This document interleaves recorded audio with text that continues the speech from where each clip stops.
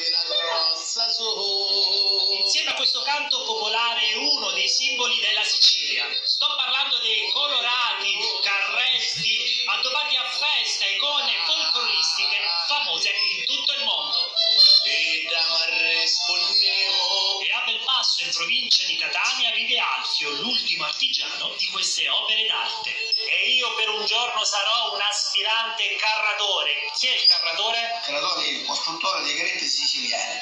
Alfio, cosa devo fare? Deve ripulire questo legno. Quando ti è nata la passione per i Io a carretti? 7 anni sono andato a lavorare al mio maestro carradore. Il primo carretto grande l'ho fatto a 13 anni. Come nasce il carretto siciliano? Si parte con la lavorazione del legno, dopodiché si fa la ruota e la parte superiore del carretto. Sto andando bene? Ancora. Un lavoro minuzioso dove fuoco, ferro e legno vengono trasformati secondo un'arte tramandata nel tempo. Alfio, ma è vero che nelle varie zone della Sicilia i carretti sono diversi? Sì, cambiano delle misure, Quello che mi ha sempre stupito dei carretti sono i disegni, i disegni. che sono delle opere d'arte. Queste storie raccontano le stranganate, la storia della Sicilia, quelle stregate e altre storie. Tu sei l'ultimo carradore di Sicilia. Ti piacerebbe tramandare quest'arte?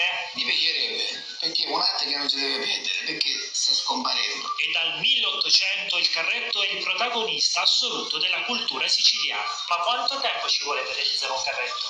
8-10 giorni, sono una vita che faccio questo lavoro. Cosa rappresenta per te il carretto siciliano? È la vita.